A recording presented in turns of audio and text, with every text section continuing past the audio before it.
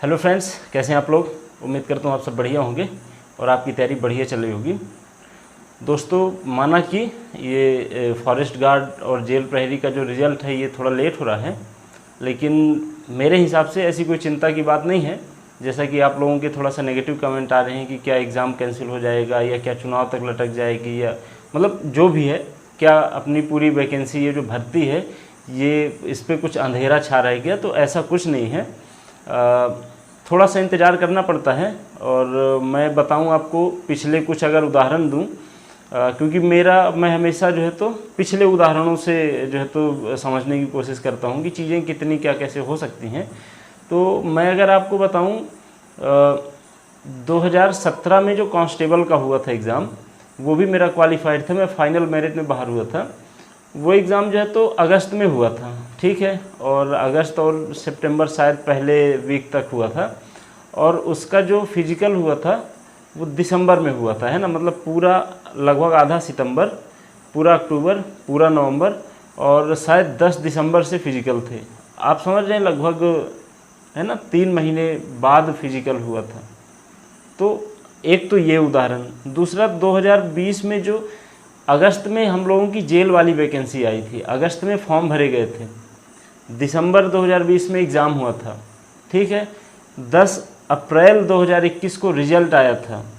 इसके बाद 22 जून को 2021 में फिजिकल के लिए अपडेट आया था। मैं जेल की बात कर रहा हूँ, उस साल फॉरेस्ट गार्ड की वैकेंसी नहीं आई थी। तो 22 जून 2021 को फिजिकल की अपडेट आई थी, जुलाई में फिजिकल हुआ था। इसके बाद 7 दिसंबर 2021 को रिजल्ट आया था और फाइनली लगभग लास्ट जनवरी और पूरा फरवरी, क्योंकि अलग अलग सर्किल की ज्वाइनिंग अलग अलग होती है, तो लगभग आप समझ लीजिए कि आधे जनवरी से आधे फरवरी तक, मतलब 1 महीने पूरी अलग अलग जेलों में ज्वाइनिंग चली थी। अब आप अंदाज़ा लगाइए कि दिसंबर में पेपर हुआ था 2020 में और 7 दिसंबर 2021 को फाइनल रिजल्ट आया था। पूरे 1 साल प्रोसेस चली थी। तो ऐसा नहीं है कि अगर रिजल्ट 1 महीने, 1.5 महीने, 15 दिन जो भी लेट हो रहा है तो इसका मतलब ये कि कुछ खतरा आ रहा है, ऐसा कुछ नहीं है। प्रोसेस आधी हो चुकी है। कभी कभी कारण बहुत होते हैं। देखिए, अपन क्या है कि हम लोग अपने पर्सपेक्टिव से देखते हैं और वहाँ पे जो लोग बैठ के चीज़ें मैनेज कर रहे हैं उनका अलग पर्सपेक्टिव होता है, उनकी समस्याएं अलग होती हैं जो कि अपन को कभी कभी नहीं पता होती हैं, ठीक है। तो नेगेटिवली जो है तो सोचने की ज़रूरत नहीं है। तो ये था जो आप लोगों के कुछ कमेंट आ रहे थे, तो मुझे लगा कि शायद ज़्यादा ही नेगेटिविटी आ रही है आपके दिमाग में, तो उसको थोड़ा सा न्यूट्रलाइज़ किया जाए। तो ईमानदारी से बता रहा हूँ, क्योंकि मेरा देखिए ना तो सरकार से कोई ऐसा स्वार्थ है पीवी से कि मैं उनके पक्ष में बोलूँगा, या मेरी ऐसी कोई कोचिंग है कि मैं अपने कोचिंग के फ़ायदे के हिसाब से बोलूँगा। मैं ऑनेस्ट बात करूँगा, जो भी है तो एकदम ईमानदारी से बताऊँगा। तो अभी तक मुझे ऐसा लग रहा है कि कुछ भी परेशान होने वाली बात नहीं है। रिजल्ट आएगा और हो सकता है अभी ना आए, 10 दिन बाद आए, 15 दिन बाद आए, लेकिन आएगा। आपका काम क्या है? आपका काम है डिस्ट्रैक्शन से बचना है। आपको अपने फिजिकल की तैयारी करनी है। ये डिस्ट्रैक्शन जो आता है कि यार रिजल्ट नहीं आएगा, कब होगा, ठीक है अभी थोड़ा स्लो कर लेते हैं, फिजिकल बाद में कर लेंगे, ऐसा नहीं करना। आप अपने फिजिकल की तैयारी करिए, रिजल्ट बहुत जल्दी आएगा। और कसम से जिस दिन आएगा ना, आप अनएक्सपेक्टेड आ जाएगा रिजल्ट। जैसे पटवारी का हम लोगों ने सोचा नहीं था, अचानक रिजल्ट आ गया, ठीक है। बहुत बार ऐसा होता है। 2016 में ऐसा लोगों के साथ हुआ था। 2016 कांस्टेबल लगभग जून में हुआ था पेपर, ठीक है, जून और जुलाई में चला था, बरसात के टाइम में। और चौथे, मतलब जो लास्ट पेपर हुआ था उसके 34 या 35वें दिन से फिजिकल की डेट आ गई थी। इतना फास्ट रिजल्ट दिया था उन लोगों ने। तो इसलिए ऐसा कभी कभी जल्दी भी हो जाता है, कभी लेट हो जाता है, तो परेशान होने की बात नहीं है। तो अब अपन शुरू करते हैं जो वीडियो का असली कंटेंट है, जो कि आपने थंबनेल में देखा होगा। अपन जो है तो बात करने वाले हैं कि जेल प्रहरी की नौकरी होती कैसी है, ठीक है। मुझे पता है यूट्यूब में कोई भी एक ऐसा वीडियो नहीं पड़ा है कि आपको पहले से एक आइडिया रहे कि आप जहाँ जा रहे हैं वहाँ कैसा क्या जो है तो सिनेरियो रहता है। आप जाके खुश रहेंगे या जाके आपको परेशान होना है ना। तो आज अपन पूरी बात करेंगे ज्वाइनिंग से लेके और पूरा आपका जो है तो रिटायरमेंट तक, कि पूरी चीज़ें क्या रहती हैं, कैसे आपको प्रमोशन होगा, क्या सैलरी रहेगी, सारी चीज़ें अपन बात करने वाले, ठीक है। मैं आपको जो है तो अभी इस वीडियो में जेल प्रहरी के बारे में, अगला वीडियो जो आएगा फॉरेस्ट गार्ड, और हर जो है तो नौकरी के बारे में आपको बताऊंगा कि कैसा क्या सिनेरियो रहता है, ताकि आपको ज्वाइनिंग से पहले पता रहे कि मैं यहाँ जा रहा हूँ तो मैं क्या मैं इसके लायक हूँ, या ऐसा तो नहीं कि मेरे लेवल से छोटी लेवल की नौकरी है, वहाँ जाने के बाद पता चले कि मेरा टैलेंट ही जो है तो यूज़ नहीं हो पा रहा है, तो कभी कभी आदमी जो है तो सेटिस्फाई नहीं रहता है ना। तो अपन शुरू करते हैं। सबसे पहले देखिए, आपका जो भी है ये फिजिकलॉजिकल जो भी होके फाइनल मेरिट आएगी, आपकी ज्वाइनिंग होगी। ज्वाइनिंग के बाद आप जो है तो जब अपने जेल में जाएंगे, ठीक है, जेल का सिस्टम ऐसे चलता है कि एक तो जो है तो अपना डीजी हो गए, डीजी सर, ठीक है। इसके बाद जो है तो जेलों को अलग अलग सर्किल में बांटा गया है। सर्किल आप ऐसे कह लीजिए जैसे जिले अपने एमपी में संभाग हैं, वैसे ही जो है तो अलग अलग सर्किल जेलें हैं, ठीक है। लगभग 13 सर्किल जेलें हैं। उन सर्किल जेलों के अंदर जो है तो सर्किल जेल मतलब जो सेंट्रल जेल होती है उसी को जनरली सर्किल जेल बना दिया जाता है।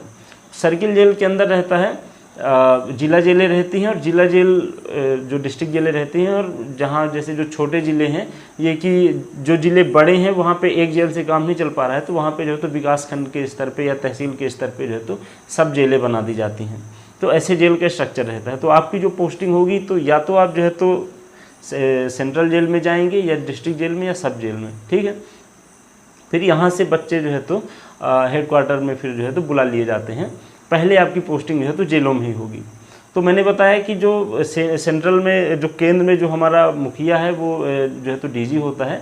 इसके बाद डीजी के बाद जो है तो डीआईजी, और फिर अलग अलग जो सर्किल अधीक्षक होते हैं, और सर्किल अधीक्षकों के बाद जो है तो अधीक्षक जो जिला जेलों के अधीक्षक रहेंगे, उप अधीक्षक, और जो है तो सहायक अधीक्षक। सहायक अधीक्षक की भी अभी ये जो साथ में भर्ती आई थी, ये पहले जो है तो पीएससी के थ्रू होती थी। इसके बारे में भी अपन किसी वीडियो में बात करेंगे कैसा क्या जो है तो वर्क जॉब प्रोफाइल रहता है इसका।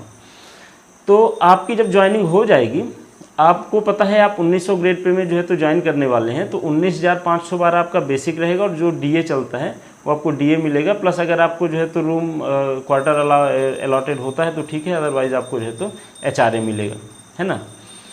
तो इतना आपका रहेगा। ग्रॉस सैलरी जो 100% है वो लगभग आपकी 27,000 के लगभग बनेगी, लेकिन 70, 80, 90 के तहत आपको स्टार्टिंग में थोड़ा कम मिलेगा। फिर हर एक साल में जो है तो लगभग 3-3 हज़ार का आपका जो है तो इंक्रीज़ होते होते चौथे साल आप जो है तो पूरे वेतन में आएंगे। इसके बाद आपके जो पिछले इंक्रीमेंट है वो लग के और पूरी सैलरी आपको मिलने लगेगी, है ना।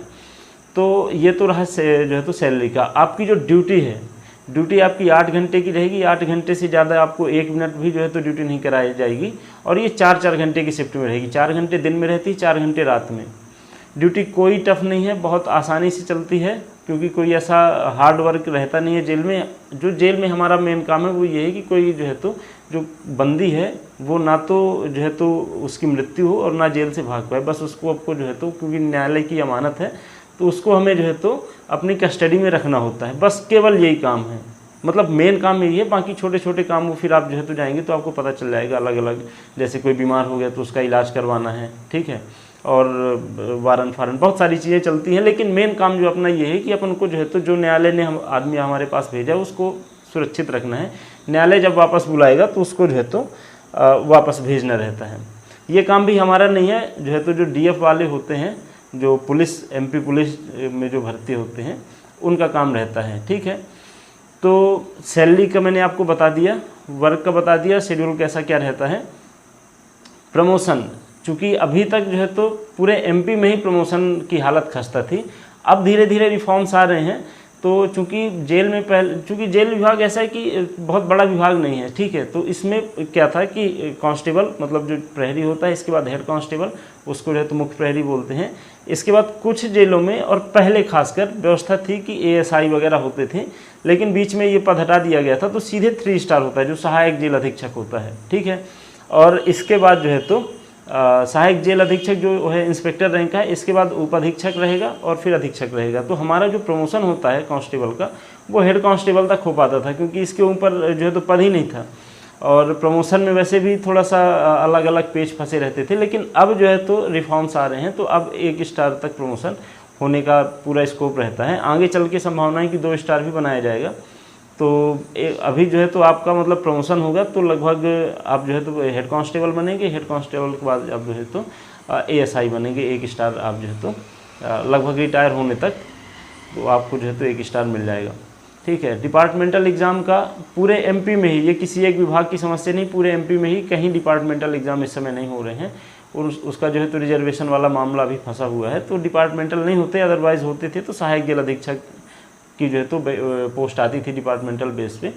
तो उसमें जो है तो जो भी अलग क्राइटेरिया लिया जाता है उसका वो अलग प्रोसेस है, पर लोग जो है तो देखे और डायरेक्ट सहायक जेल अधीक्षक बन जाते थे और फिर प्रमोट होकर वो अधीक्षक तक पहुंचते थे, है ना। और रिटायरमेंट की एज आपको पता ही है 62 साल है। इसमें एक पेच और रहता है बॉन्ड वाला, चूँकि क्या है कि जॉब ऑब्वियसली छोटी है, सिपाही रैंक है, लेकिन जो जॉब जो एग्ज़ाम का पैटर्न है वो थोड़ा सा टफ है। मतलब अगर MP कांस्टेबल, पुलिस कांस्टेबल देखें और इसमें देखें तो काफ़ी अच्छा खासा डिफरेंस है। मतलब कांस्टेबल वाले बच्चे ज़रूरी नहीं है कि फॉरेस्ट गार्ड या जेल प्रहरी का जो कंबाइंड एग्ज़ाम होता है उसको क्वालिफाई कर लें, क्योंकि इसमें जो सब्जेक्ट हैं उनका दायरा काफ़ी ज़्यादा है। तो जो बच्चे आते हैं वो थोड़ा टैलेंटेड आते हैं, और वो मोस्टली ऐसा होता है कि कुछ लोग, जैसे मेरे साथ काफ़ी लोगों ने ज्वाइन किया था, तो मतलब काफ़ी लोग निकल गए इवन ट्रेनिंग के दौरान, कुछ ट्रेनिंग के पहले ही, कुछ अभी जो है तो छोड़ के जाते जा रहे हैं।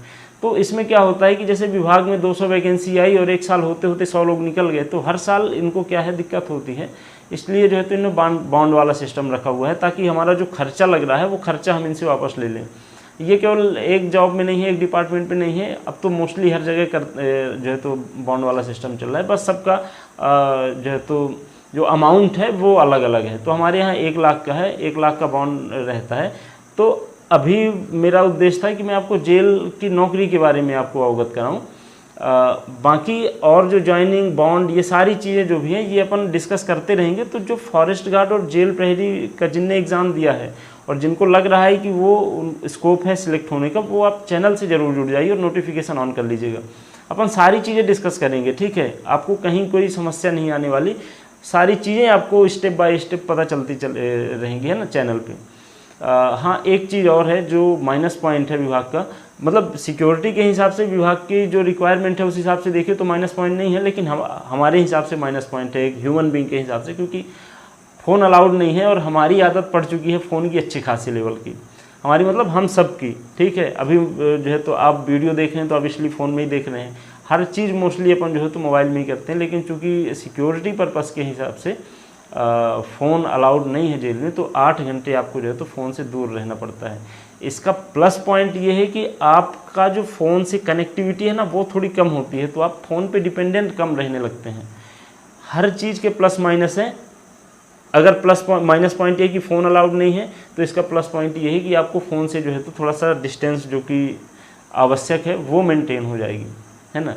तो आई होप कि जानकारी अच्छी लगी होगी। इसके बाद भी अगर कोई चीज़ में छूट गई हो, मिस हो गई हो, तो आप कमेंट करके बताइए, मैं कमेंट में आपका जवाब दूंगा। और मुझे लगता है कि मैंने आपको लगभग सारा ही कुछ बता दिया है। हाँ, सैलरी आपको 70, 80, 90, 100 वो काउंट करके मैंने नहीं बताया, लेकिन आप जो है तो खुद काउंट कर सकते हैं। 19,512 आपको बेसिक मिलेगा, उसमें आप जो है तो अभी जैसे 42% डीए मिल रहा है, तो 19,512 का 142% आपको मिलेगा, ठीक है। इसके बाद इसका 70% निकाल लीजिए, 80% निकाल लीजिए, 90% निकाल लीजिए, बस वही आपकी सैलरी रहने वाली है। HRA वगैरह वो अलग, जो अलाउंसेस हैं वो अलग हैं, ठीक है। तो अलाउंसेस की अपन बात नहीं कर रहे हैं। तो वही लगभग आप स्टार्टिंग में जो है तो आपको 18-19 हज़ार मिलेगी फ़िलहाल, लेकिन जैसे जैसे आप जो है तो आपकी जो भी 1 साल, 2 साल, 3 साल पूरा होता जाएगा और चौथे साल आपको जो है तो एक साथ अच्छा बूम देखने को मिलेगा, क्योंकि आपकी सैलरी 100% हो जाएगी, साथ में आपके जो भी पिछले 3-4 सालों की इंक्रीमेंट है वो सारे इंक्रीमेंट लग जाएंगे और एक साथ आपकी सैलरी जो है तो लगभग 30 के ऊपर पहुंच जाएगी, ठीक है। और 8 घंटे की ड्यूटी है, ऑब्वियसली आपको जो है तो पढ़ने का अच्छा खासा मौका मिलेगा, रूम में आप फ्री रहते हैं, आप पढ़ाई कर सकते हैं, ठीक है। तो अच्छी है जॉब, तो अच्छी है, बट ये है कि जो थोड़ा ठीक ठाक लेवल वाले लोग हैं वो सेटिस्फाई नहीं होंगे, क्योंकि वहाँ पे हमारे टैलेंट का यूज़ कुछ भी नहीं है। वहाँ ये कि जो वहाँ की रिक्वायरमेंट है वो फुलफ़िल कर दीजिए, बाकी आपसे कोई मतलब नहीं है, आप कितने भी ज्ञानी रहें, विभाग को ज़रूरत नहीं है आपके ज्ञान की, है ना। तो आई होप कि वीडियो अच्छा लगा होगा। तो जितने भी फॉरेस्ट गार्ड और जेल प्रहरी के एग्ज़ाम वाले कैंडिडेट हैं, आप सब चैनल से ज़रूर जुड़ जाइएगा, ये चैनल आपके लिए जो है तो काफ़ी यूज़फुल होने वाला है। तो मिलते हैं अगले वीडियो में। अपन जो है तो सारे जॉब के बारे में जो भी बेसिक इन्फॉर्मेशन है वो सब वीडियो जो है तो डालते रहेंगे, तो है ना, जानकारी मिलती रही आपको, ठीक है। मिलते हैं अगले वीडियो में, नमस्कार।